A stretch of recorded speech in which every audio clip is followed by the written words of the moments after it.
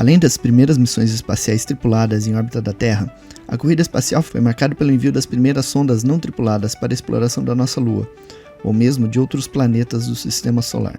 Graças a estas explorações foi possível obter as primeiras fotografias do solo lunar, e mais tarde realizar os primeiros mapeamentos de sua superfície. Com a evolução da tecnologia, estes aparelhos teleguiados realizaram outros estudos envolvendo radiação, magnetismo, telemetria e comunicações. Alguns chegaram a pousar na superfície, realizando estudos com amostras de solo, ou trazendo-as para serem analisadas na Terra. E, curiosamente, algumas delas registraram estranhas estruturas na superfície da Lua, gerando especulações sobre a existência de construções alienígenas em nosso satélite natural.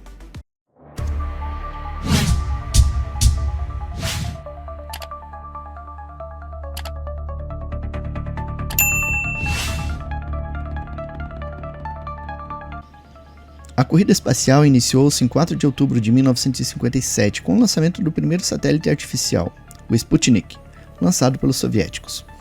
A partir desta data, seguiram-se outras missões de todo tipo, com a busca pela supremacia espacial entre os Estados Unidos e a então União Soviética.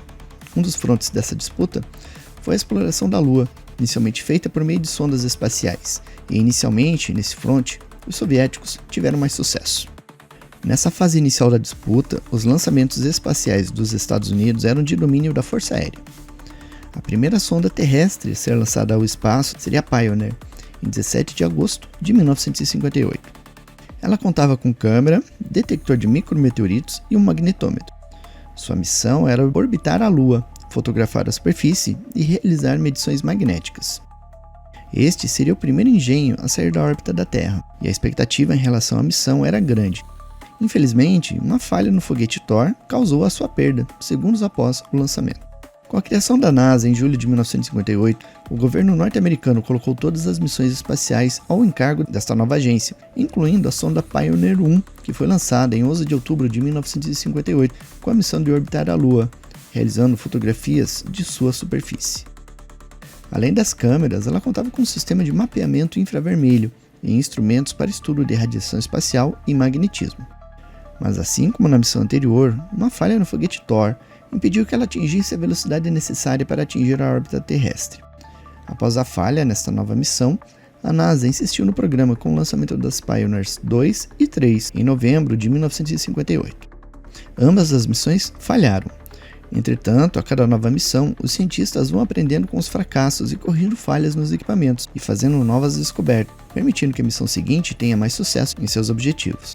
E assim, sem esmorecer diante dos sucessos soviéticos, a NASA lançou ao espaço a Pioneer 4, insistindo na missão de orbitar a Lua, em março de 1959. Os soviéticos lançaram sua primeira sonda para a Lua em 2 de janeiro de 1959. Essa sonda era a primeira de uma série, batizada de Luna, e que gerou farto conhecimento sobre nosso satélite natural. Ao todo, foram enviadas 24 sondas dessa série, entre janeiro de 1959 e agosto de 1976. A primeira missão apresentou falha e foi perdida, mas a maioria das missões seguintes teve êxito, e a cada nova missão os objetivos eram expandidos, assim como os desafios. Tanto as missões dos Estados Unidos quanto da União Soviética tiveram essa evolução. As primeiras tinham por objetivo aproximar-se da Lua e fotografá-la. Depois, o objetivo era orbitar o satélite e fotografar a superfície. Depois, o objetivo passou a ser chocar-se contra a superfície, para testes de controle de aproximação e resistência do solo. Em seguida, o objetivo estipulado era realizar um pouso suave na superfície, e nas últimas missões o objetivo foi realizar decolagens do nosso satélite natural. Isso tudo permitiu um mapeamento detalhado da superfície, a medição dos índices de radiação ao longo da viagem e na superfície, a medição e o mapeamento dos cinturões de Van Allen, e descobertas científicas como o vento solar e outras informações úteis para voos espaciais. Dentro da série Luna, algumas missões se destacam. Em 12 de setembro de 1959, os soviéticos lançaram a Luna 2, que tinha por objetivo aproximar e fotografar a superfície lunar, terminando por chocar-se contra o Sol.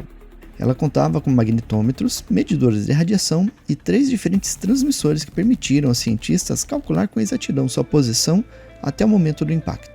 Um dos experimentos que foram realizados consistiu em emitir uma nuvem de vapor de gás de sódio na órbita da Lua, com o objetivo de entender como os gases se comportam no vácuo e na ausência de gravidade. Além disso, essa nuvem seria suficientemente grande a ponto de ser registrada por observatórios em diferentes partes da Terra, permitindo o seu rastreamento visual.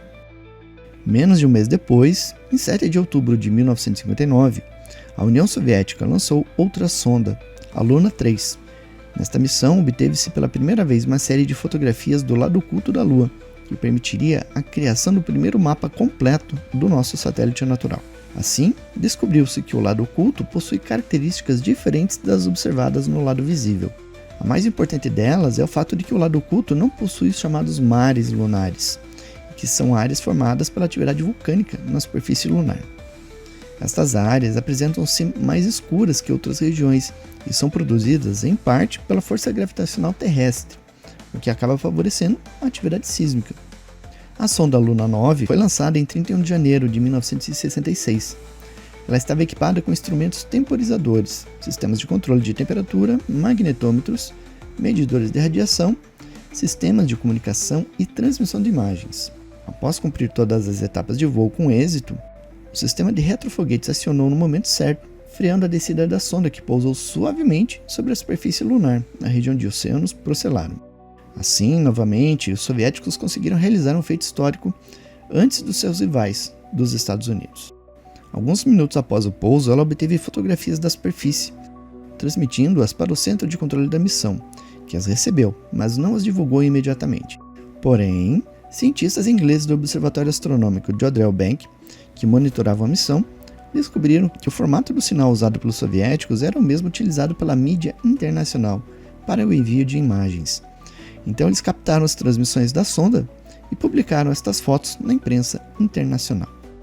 Além de fornecer imagens da superfície, o pouso permitiu aos cientistas constatar que o solo lunar era denso o suficiente para permitir o pouso de aparelhos enviados pelo homem. Outro dado importante fornecido pela sonda foi obtido pelo medidor de radiação, que mediu uma dosagem de 30 mHz por dia para a superfície da Lua. Para efeito de comparação, 1000 mHz equivale a 1 rádio, e são necessários 25 rádios para produzir o efeito colateral mais básico de exposição à radiação, que é uma leve alteração sanguínea. A soviética Luna 13 foi lançada em 21 de dezembro de 1966, com a missão de realizar um pouso suave na região de oceanos Procellarum. Entre os equipamentos de bordo havia dispositivos temporizadores, sistemas de controle de temperatura, instrumentos científicos e um sistema de transmissão de imagens de televisão. Após cumprir com êxito todas as etapas de voo, ela pousou suavemente na região programada em 24 de dezembro, apenas 3 dias após o lançamento.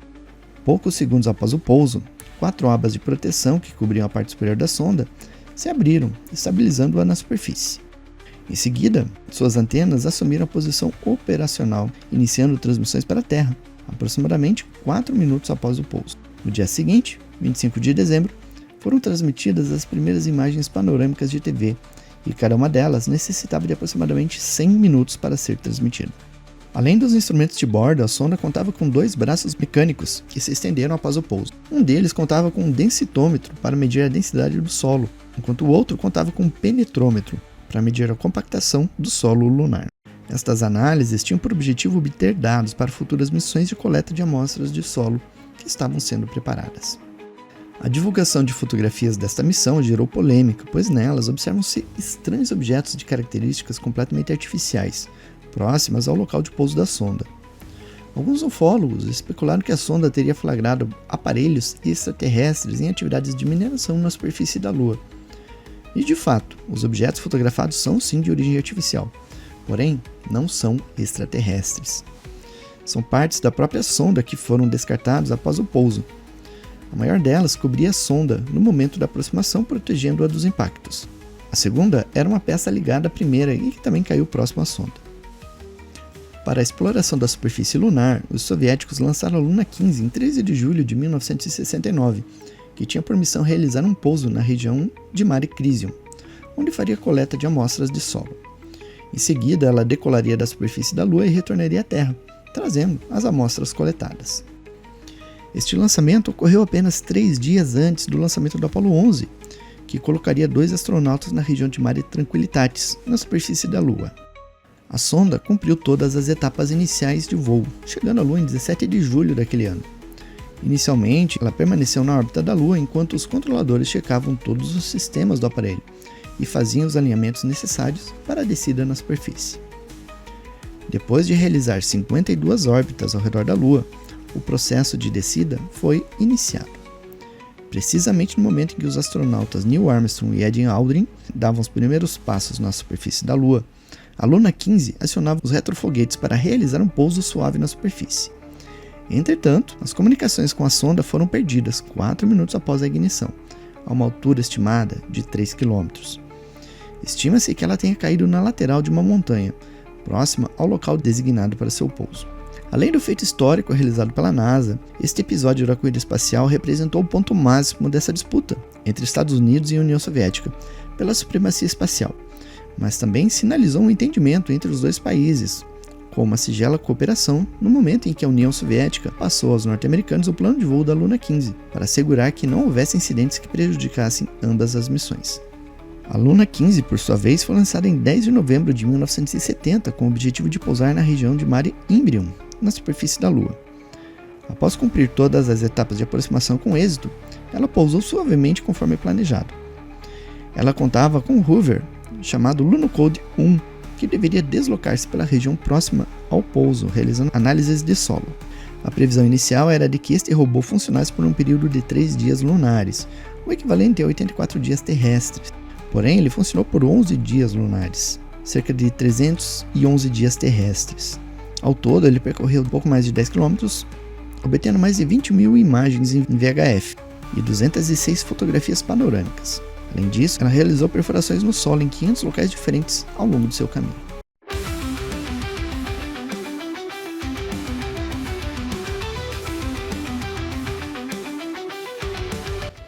Enquanto os soviéticos mantinham o programa Luna em funcionamento, eles lançaram também algumas sondas do programa Zond.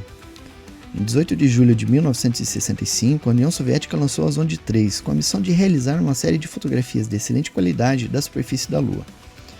Em 20 de julho, a sonda passou a 9.200 km de distância da superfície lunar e obteve 25 fotografias de alta resolução, registrando o lado oculto do nosso satélite natural, no intervalo de 68 minutos. As fotos obtidas cobriam 19 milhões de quilômetros quadrados da superfície da Lua. Após essa aproximação, a Zond 3 continuou a exploração espacial, entrando em uma órbita ao redor do Sol. Uma das fotografias obtidas nesta missão gera polêmica até hoje. Nesta imagem, observa-se o lado oculto da Lua, onde se destaca uma gigantesca torre com aproximadamente 30 km de altura, erguendo-se sobre a superfície da Lua, em uma região conhecida como Mare Orientale. Nas imagens seguintes, a torre não é mais visível, devido ao movimento orbital da própria sonda. Porém, observa-se outra estrutura anômala, desta vez semelhante a um domo quase transparente.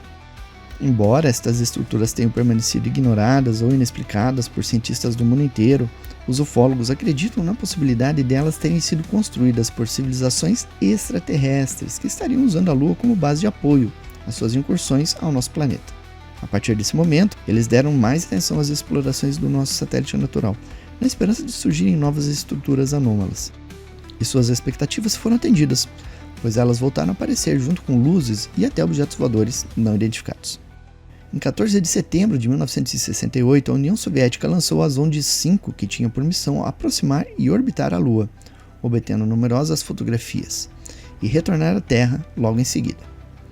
A bordo havia 2 tartarugas, insetos, minhocas, plantas, sementes e bactérias, que faziam parte de um experimento para testar os efeitos de uma viagem fora da órbita da Terra em seres vivos. Todas as etapas da missão foram cumpridas com êxito e a sonda reentrou na atmosfera terrestre em 21 de setembro daquele ano, sendo posteriormente resgatada no Oceano Índico com todas as formas de vida a salvo. Análises posteriores revelaram que as 2 tartarugas perderam aproximadamente 10% de seu peso durante o voo, embora não apresentassem qualquer mudança em seu apetite. O envio dos primeiros seres vivos para a órbita lunar e seu posterior retorno em segurança marcou um novo feito histórico realizado pela União Soviética. Devido aos objetivos e às suas características, havia um grande interesse por parte da NASA e do Serviço de Inteligência dos Estados Unidos sobre todos os detalhes dessa missão. Assim, todo o voo foi monitorado pelo governo dos Estados Unidos, que destacou o navio da Marinha, o USS McMorris, que encontrava-se próximo à área prevista de pouso, para acompanhar as movimentações de resgate. Com base nas informações geradas por esse monitoramento, bem como pelas fotografias obtidas pela Marinha, os americanos acreditaram que os soviéticos tentariam em breve uma missão tripulada que faria uma viagem de circunnavegação lunar. Baseado nisso, eles decidiram preparar a missão Apollo 8, que seria lançada em dezembro daquele ano, para realizar esta façanha, antes dos seus adversários. O teste do módulo lunar, previsto inicialmente para essa missão, foi adiado para a Apollo 9. Enquanto essas missões soviéticas ocorriam, a NASA dedicava-se intensamente ao objetivo de colocar astronautas na Lua. Para isso, ela manteve o programa de sondas ativo, para gerar o conhecimento necessário para as missões, ao mesmo tempo em que conduzia o programa Gemini entre 1965 e 1966, e o programa Apollo, a partir de 1968. Dentro do programa de sondas lunares dos Estados Unidos, temos os programas Ranger, Lunar Orbiter e Surveyor. As Ranger ocorreram entre agosto de 1961 e março de 1965 e tinham a missão de gerar o conhecimento navegacional necessário, fazer um mapeamento geral da superfície e fazer análises de índices de radiação. Ao todo, foram realizadas 9 missões Ranger, mas 5 delas tiveram falhas. A Ranger 7 foi a primeira sonda espacial bem-sucedida da NASA. Ela foi lançada em 28 de julho de 1964, com a missão de aproximar-se e fotografar nosso satélite natural. Em 31 de julho, ela sobrevoou a Lua, obtendo 4.308 fotografias de excelente qualidade. Curiosamente, apenas uma parte dessas imagens está disponível publicamente na internet, no site do Instituto Lunar e Planetário, o LPI. Do ponto de vista ufológico, essas 1.199 fotografias disponíveis não acrescentam nenhuma informação, visto que elas não registram OVNIs ou mesmo qualquer estrutura anômala na superfície da Lua. Pouco mais de 6 meses depois, a NASA realizou com êxito outro lançamento de uma sonda espacial, a Ranger 8, que foi lançada de Cabo Canaveral em 17 de fevereiro de 1965.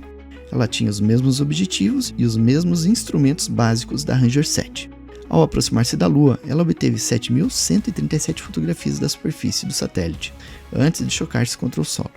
Dessas, apenas uma pequena parte está disponível em sites da NASA e no site do já citado LPI. A Ranger 9 foi a última sonda deste programa, lançada ao espaço em 21 de março de 1965, com os mesmos objetivos de suas antecessoras e obtendo 5.814 fotografias. Embora as 6 primeiras missões do programa tivessem apresentado falhas, as 3 últimas tiveram êxito, agregando diversos conhecimentos sobre a superfície lunar. Depois do sucesso parcial do programa Ranger, a NASA manteve 2 programas de sondas lunares, lançadas entre junho de 1966 e janeiro de 1968. A Lunar Orbiter envolveu o lançamento de 5 sondas com o objetivo de orbitar a Lua, mapeando detalhadamente a superfície em busca de locais seguros para o pouso dos astronautas do programa Apollo.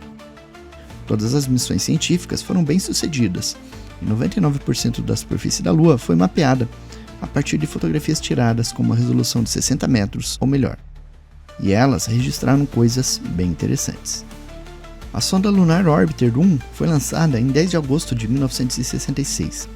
Ela tinha por objetivo apenas orbitar a Lua, fotografando a superfície em busca de locais planos e seguros para o pouso, tanto para a sonda Surveyor quanto para as missões espaciais tripuladas. Foram obtidas 42 imagens de alta resolução, além de 187 de média resolução, abrangendo uma área de 5 milhões de quilômetros quadrados da superfície da Lua. Algumas dessas imagens apresentam manchas que prejudicam um pouco sua qualidade, embora não inviabilizassem os estudos científicos. O site do LPI disponibiliza 210 fotografias obtidas pela Lunar Orbiter 1, com ótima resolução. 2 imagens identificadas como 1031 e 1032, obtidas por essa sonda, mostram uma interessante anomalia na superfície da Lua.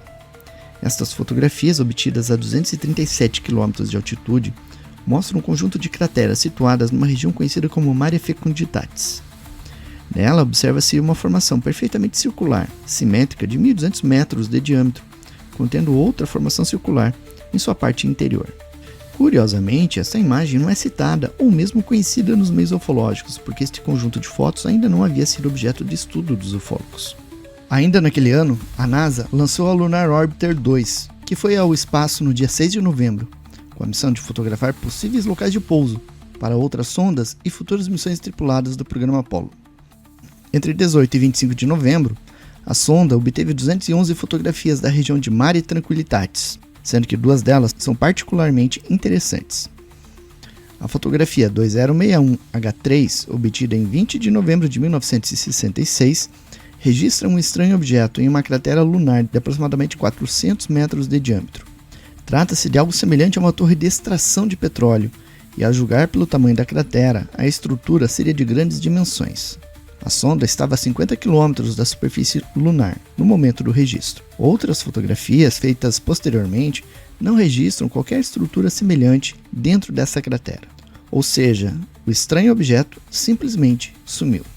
A cerca de 20 km dali estão as chamadas The Blair Cuspides, também fotografadas pela missão. Trata-se de estranhas formas e, devido às grandes sombras projetadas, foram interpretadas como grandes obeliscos, erguendo-se sobre a superfície lunar. Como se isso já não fosse suficientemente estranho, esses objetos estão alinhados, como se tivessem sido colocados, seguindo um padrão inteligente, inclusive com alinhamentos precisos, formando padrões geométricos alinhados com o eixo de rotação da Lua. Alguns cientistas da época especularam que as sombras eram alongadas demais para serem projetadas por rochas ou cristas lunares comuns. Entre eles estava William Blair, do Instituto Boeing de Biotecnologia. Blair observou que os objetos que projetavam essas sombras pareciam estar dispostos de forma sutilmente irregular, o que, juntamente com a altura aparentemente anômala dos objetos, sugeria uma origem artificial. Embora haja algumas evidências de que a NASA inicialmente se interessou pelas possibilidades pouco ortodoxas levantadas por Blair e outros, uma explicação oficial foi rapidamente estabelecida, atribuindo as sombras alongadas a um ângulo muito baixo do Sol. A polêmica sobre estas formações continuou ao longo dos anos até 2009, com o lançamento da LEROC, uma sonda com câmeras de alta precisão que demonstraram que os obeliscos são, na verdade, rochas no alto de um aclive. Com o Sol no horizonte, a sombra projeta-se pelo declive, dando a impressão de termos ali um obelisco alto. Mas neste caso, é apenas um jogo de luz e sombras. Em 5 de fevereiro de 1967, a NASA lançou a Lunar Orbiter 3, com o objetivo de fotografar áreas da superfície lunar que poderiam ser locais seguros para pousos de sondas e aparelhos tripulados. Ela contava com câmeras de média e alta resolução, além de instrumentos para análise radioativa. Ao todo, foram obtidas 626 fotografias de média e alta resolução, atualmente disponíveis no site do LPI. Algumas delas são particularmente interessantes do ponto de vista ufológico, pois apresentam estruturas anômalas e estranhos elementos na superfície lunar. A fotografia 3092H2, por exemplo, mostra uma região ao sul de Sinus Medii, onde se observam duas anomalias muito próximas entre si. A primeira é uma espécie de cratera com formato absolutamente irregular se comparadas às demais presentes na região. Ela possui escarpas muito íngremes, aparentando em alguns casos ter 90 graus de inclinação em alguns pontos. E crateras, na imensa maioria das vezes, possuem escarpas com inclinação variando entre 30 e 45 graus de inclinação e possuem formato circular. O interior da cratera em questão também possui características distintas, com coloração mais escura, sendo igualmente irregular. Não muito longe desta cratera existe uma mancha irregular no solo lunar, como se o solo tivesse sido remexido expondo camadas inferiores do solo. Em fotos mais recentes, esta área se mostra mais clara e com menos destaque. Outra fotografia obtida durante esta missão é ainda mais surpreendente. Na imagem identificada como 3107H1, temos uma imagem aproximada da cratera Mostyn, localizada a sudeste de Mare Insularum. Ela possui aproximadamente 26 km de diâmetro e 2,6 km de profundidade e possui colunas irregulares em sua parte interna, que também são salpicadas por outras crateras bem menores, algumas com centenas de metros de diâmetro. Em uma delas, situada na parte mais alta de uma colina, observa-se um objeto tridimensional com dimensões perfeitamente irregulares, posicionado próximo à borda da cratera. Neste misterioso objeto, observam-se claramente estruturas externas definidas como uma cúpula e uma aparente torre que se eleva do misterioso objeto. Todos esses elementos possuem iluminação e sombra que estão plenamente de acordo com o restante da imagem, evidenciando que se trata de um objeto real, físico e que estava presente naquele local no momento em que a sonda fazia o registro fotográfico. Embora tais imagens tenham sido liberadas sem qualquer retoque pela Agência Espacial Americana, não houve qualquer comentário a respeito dessa estrutura. Devido à sua resolução e à quantidade de outras imagens disponíveis, essa estrutura permaneceu desconhecida do meio ufológico até o presente momento. Curiosamente, a cratera Mostyn é o ponto de referência para a cartografia lunar, pois ela encontra-se muito próxima à coordenada zero. Ela está situada a 3 graus 12 minutos e 43 segundos de latitude sul e 5 graus 12 minutos e 39 segundos de latitude oeste. Olhando da superfície terrestre, ela estaria bem no centro do disco solar visível da Terra. Outras fotografias da mesma cratera, feitas posteriormente, curiosamente não mostram a estranha estrutura. Os dados coletados pela sonda Lunar Orbiter permitiram a continuidade do programa Surveyor. A terceira sonda deste programa foi ao espaço em 17 de abril de 1967, com a missão de realizar um pouso suave na região de Mare Cognitum, uma área composta por uma grande cratera localizada no chamado Oceanum Procellarum. A sonda cumpriu todas as etapas de voo com pleno êxito, chegando à Lua apenas 3 dias depois do lançamento. A descida e o pouso na Lua ocorreram conforme planejado, embora rochas na superfície tenham confundido o radar de bordo, de modo que o sistema de refreamento acionasse tarde demais. Assim, a sonda tocou bruscamente o solo lunar, fazendo com que ela pulasse sobre a superfície por 3 vezes até se estabilizar. Uma vez na superfície, ela obteve fotografias do local de pouso e realizou algumas análises do solo. Ao todo, foram obtidas 6.315 fotografias ao longo da missão, sendo que a maioria destas registra apenas o ambiente próximo ao local do pouso. Em 1º de agosto de 1967, a NASA lançou uma nova sonda, a Lunar Orbiter 5, que tinha por objetivo realizar novas imagens dos locais previstos para pouso das sondas Surveyor e dos módulos tripulados do programa Apollo. Ela também tinha por objetivo fotografar o lado oculto da Lua, realizar estudos de radiação espacial, além de definir parâmetros de rastreamento e monitoramento de naves que a NASA adotaria a partir daquele ano.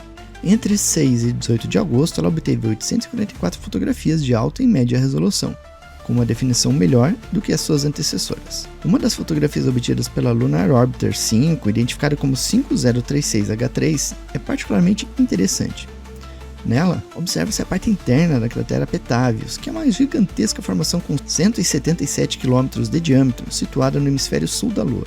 Dentro desta cratera, observa-se uma cratera menor, com aproximadamente 1,5 km de diâmetro, tendo em seu interior uma estranha forma elevando-se da sua parte interna. Para aumentar a estranheza da figura, observa-se um prolongamento nessa estrutura, em direção à borda da cratera, como se fosse um equipamento de exploração ou extração ali colocado.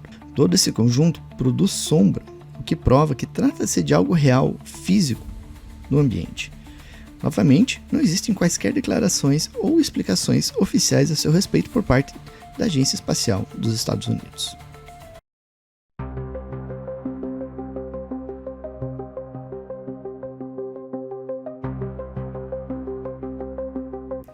O programa Surveyor tinha por objetivo gerar o conhecimento necessário para realizar o pouso na superfície da Lua, avaliando a velocidade necessária, procedimentos de manobra, sistemas de freamento e estabilização, além de análises de coesão e resistência do solo lunar. A Surveyor 1, lançada em 30 de maio de 1966, obteve 11.237 fotografias de alta qualidade ao longo da missão. A maioria delas não está disponível publicamente via internet, que é bastante curioso. Todas as demais missões tiveram sucesso total ou parcial, embora tivessem algumas falhas. A Surveyor 6 tem especial destaque. Ela subiu ao espaço em 7 de novembro de 1967, cumprindo todas as etapas de voo com êxito. Ela entrou em órbita em 10 de novembro daquele ano e pousou suavemente na região de Sinus Med, onde obteve 30.027 fotografias de alta qualidade. Entre os objetivos traçados para essa missão estava a realização da primeira decolagem a partir da superfície da Lua. Este teste era de vital importância para garantir o retorno seguro dos astronautas envolvidos nos pousos do programa Apollo. Ele foi feito em 17 de novembro, quando os motores foram acionados por 2,5 segundos, gerando 700 newtons de potência, e fazendo com que a sonda se elevasse aproximadamente 4 metros acima da superfície lunar. Em seguida, ela desceu novamente, pousando a 2,5 metros da posição inicial. O experimento foi um sucesso e forneceu dados valiosos aos cientistas da NASA. Antes do histórico voo do Apollo 8, ocorreram 2 missões espaciais, a Apollo 7 da NASA e a Sonde 6 soviética.